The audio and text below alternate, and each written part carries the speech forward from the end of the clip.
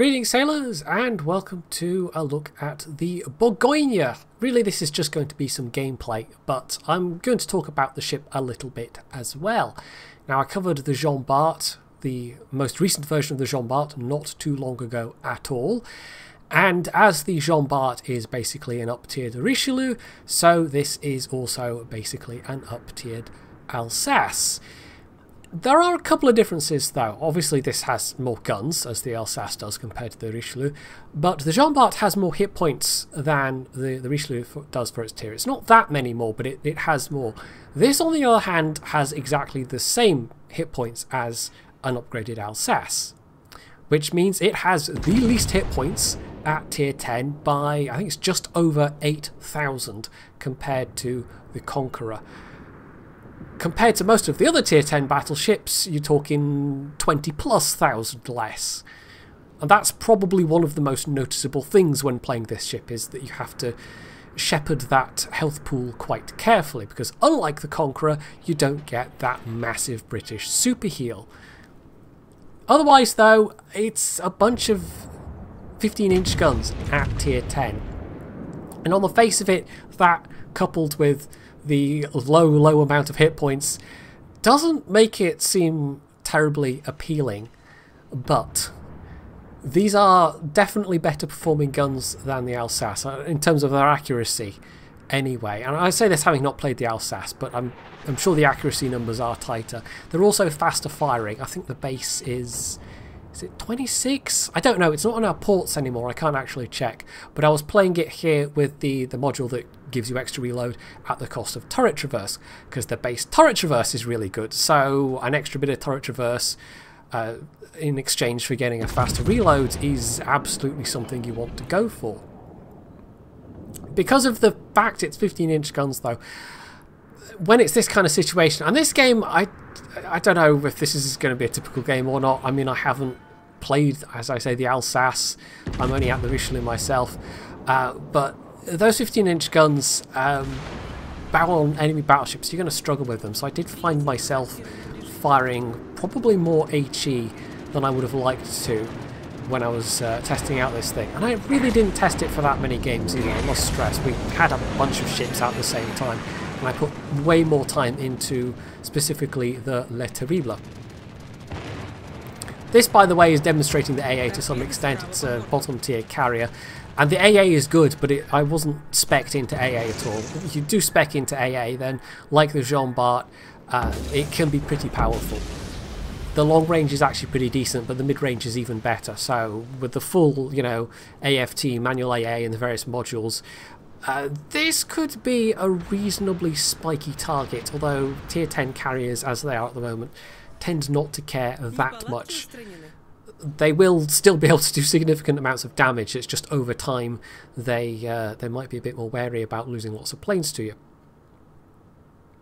So the enemy two battleships seem really unwilling to engage. We do have a Montana that pushed up a little bit that, well, if they popped out and caught me while I was turning broadside, might be awfully awkward. At the moment I'm just trying not to sit stationary because there is a carrier in play. I don't want to make things especially easy for them, especially as I have no guarantee of being near a cruiser with defensive, although at the moment I'm sort of in between both our carrier and the Zhao. And of course, even if that was true, I might still have hits landed on me. I don't know why this specifically came for me. I mean, they flew over other ships to do it, but maybe it's just the new ship syndrome. It does happen sometimes when you're testing these things.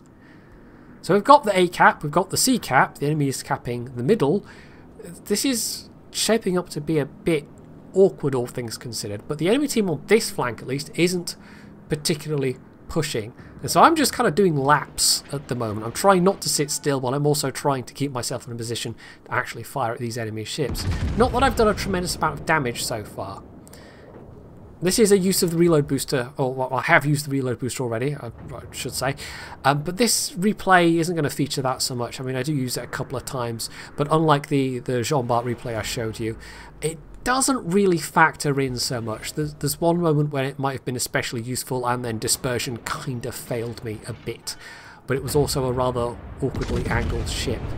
And because these are 15-inch guns, and because in the case of what I will be firing at, the enemy Zhao that's working down the flank, it has some armour to work with, and because they weren't just giving me a flat broadside, yeah, I was definitely struggling. And that's the thing with the 15-inch guns at this tier, is unless you get broadsides, you're going to struggle a bit. But overall, even so, in terms of damage output, it's good. This is one of the reasons why I said the reload booster might not be final yet. But even without the reload booster, in fact, this ship's definitely not final. You know, this was only the first version of the ship we were given to play with. Well, the first testing version. They've probably had versions on the super test server, of course.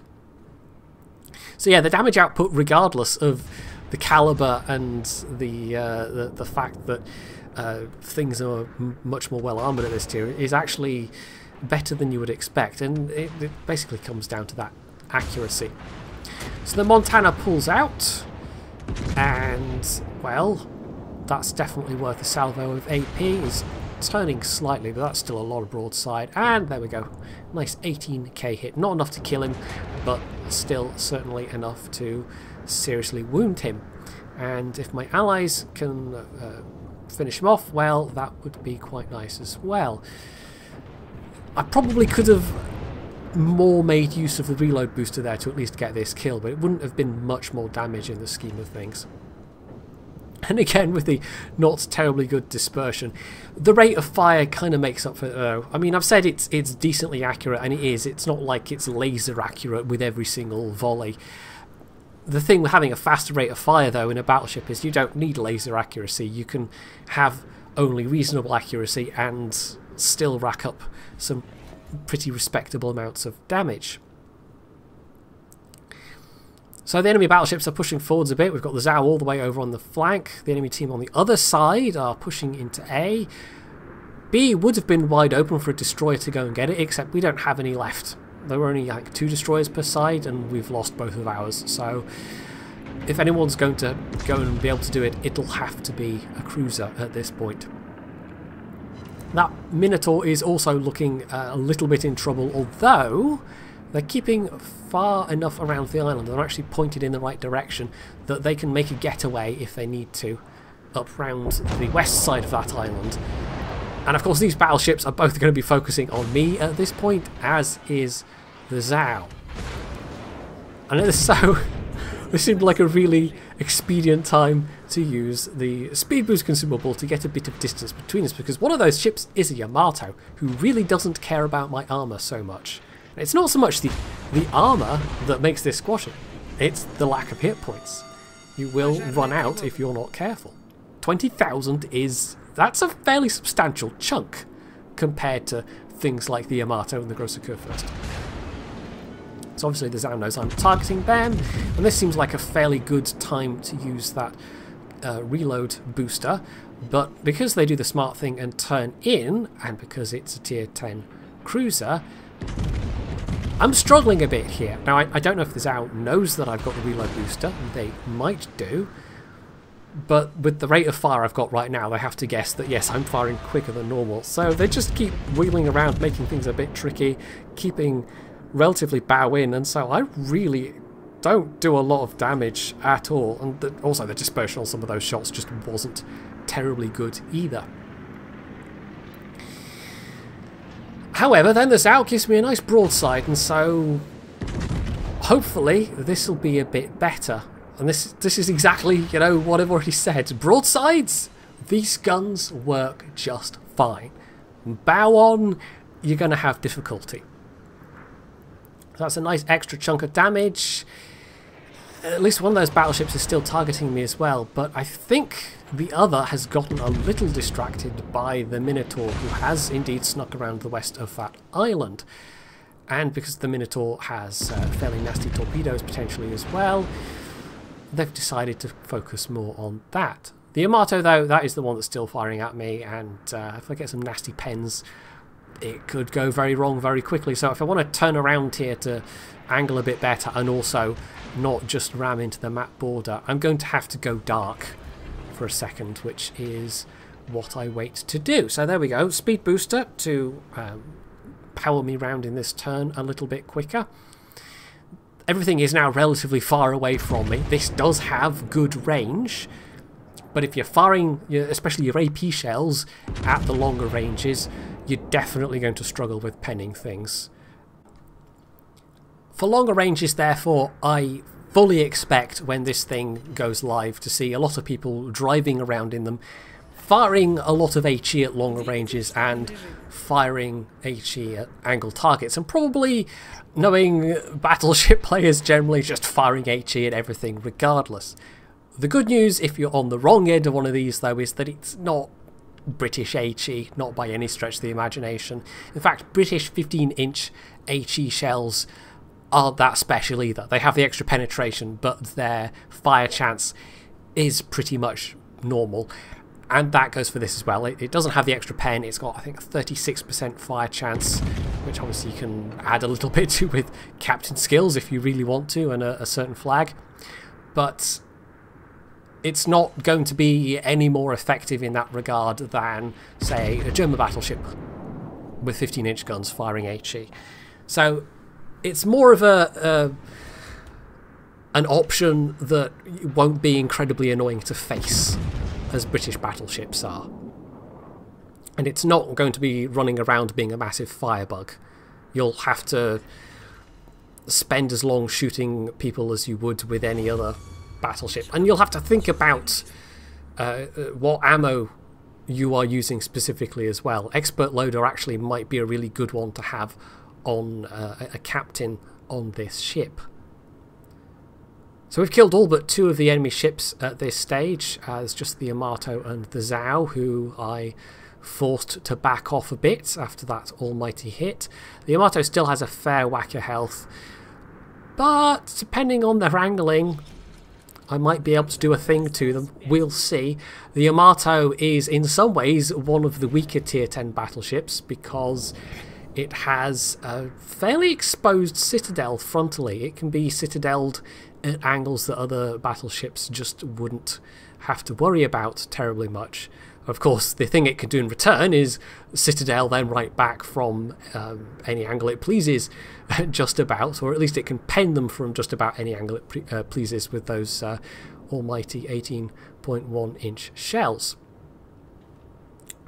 I could have gone a little further, a little more aggressively around the corner at this point. I'm trying not to come round and just give him a perfect, into my citadel to shoot. And at that point the Zhao turns up. But he'd already shot at the one time. He was reloading at this stage, and so I could have just gone for it a little more aggressively. Maybe I was contemplating actually trying to cap for the extra points, but no, there's not a lot of point in that. So 4 citadels and an overpen. That'll do it. That was a considerable bump to my overall damage done as well. I slam on the brakes at this point, hoping to maybe get a shot at the Zhao, but I'll give you a little spoiler and say that's not going to happen. The Montana will in fact get the final kill. So overall there was some fairly good teamwork in this one, and despite the fact I was having to be fairly cautious, I felt like it was an okay result. And I think this is probably the overarching theme of this particular ship, is you're going to have to be a bit more cautious, and it really does come down to that lack of health.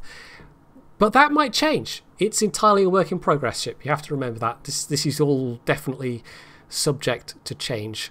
Some of these things might well be tweaked. Lastly, before I wrap this up, I thought I would touch on something that I mentioned in the Jean Bart video, which is namely my confusion, I guess, that this is in the game at all. It isn't anything new. I mean, maybe it fills a slot in that it is something that will be available to players to grind for in some form, but it absolutely doesn't represent any kind of difference in play style, apart from maybe having the reload booster. But even then, that's not going to make you play it differently. That's just going to change your damage output a bit. It's going to make it a bit spikier compared to the Alsace. And it's not necessarily a bad thing that it is essentially a ship we already have but up-tiered, and in some ways that represents a challenge, especially with the firepower and the lack of hit points. But In terms of something that is interesting for a player to go for, I feel it's lacking a bit, you know, just adding the reload booster on top of an existing ship is, the same can be said of the Jean Bart. It's not the most adventurous, imaginative way to put a new ship into the game. However, that said, I suppose if you liked the Richelieu and the Alsace, well, you'll be able to get even more Richelieu and even more Alsace, and I suppose you can't complain about that too much. So hopefully you found this video interesting, and if you did, you could do all the usual things down underneath it, and of course, as always, stay tuned for more.